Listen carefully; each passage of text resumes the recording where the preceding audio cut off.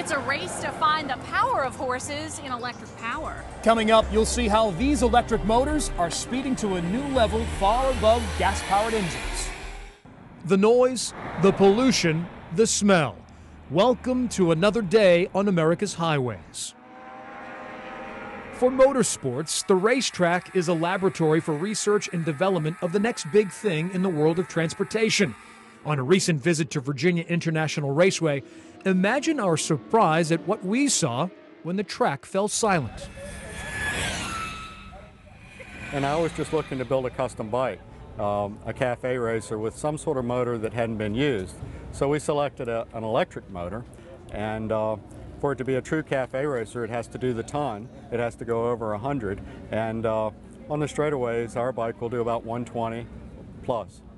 Brian Richardson from Highland County built this racer with the help of some corporate sponsorship as well as Virginia Tech. What I'm excited about was to build a vehicle that truly performed.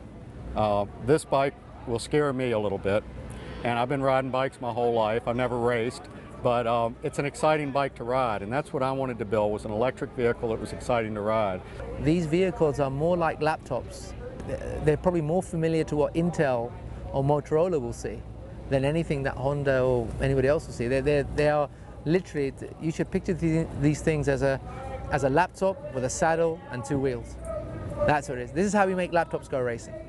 Azhar Hussain started TTXGP in 2009, a racing series solely for electric-powered motorcycles. This year, TTXGP has 13 events in 5 different countries. Well, motorsports is really R&D on steroids. I mean, it's a round by round proving of pushing the technology of what works and what doesn't. It's evolution on fast forward. Motorsports is a great way, when it's done properly, a great way of igniting a new technology and driving that forward. So what TTXGP is doing now is creating a platform for innovators. I mean, here we've got something like 30 teams in our championship. That's 30 different ideas of doing things.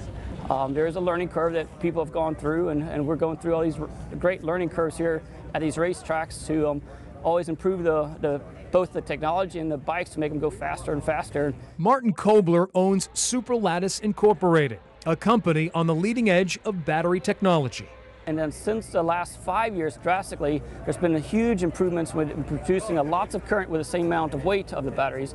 So the bike basically has 3 components. It's got a battery box that slides into the chassis, it's got an electric motor, and it has a controller that's the brains. And in some ways, it's really just that simple. Still, the biggest challenge for electric vehicles is battery life. We've also made substantial improvements with the life of the battery itself. Right now there's some automotive programs in place, and they're trying to guarantee the battery packs to design for 10 years of life, or 100,000 equivalent of miles.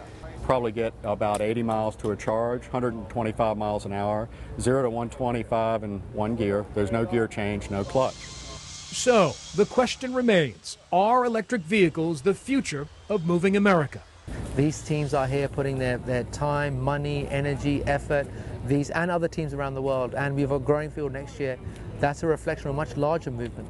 I truly believe we can make a statement saying that we can definitely be less dependent on foreign oil and use alternative technology that we can actually make and build in the United States. So whether anybody likes it or not, this is coming. It's like a Control-Alt-Delete, right? And this is that moment. We're just rebooting. And when the thing comes alive again, there's going to be a new range of players.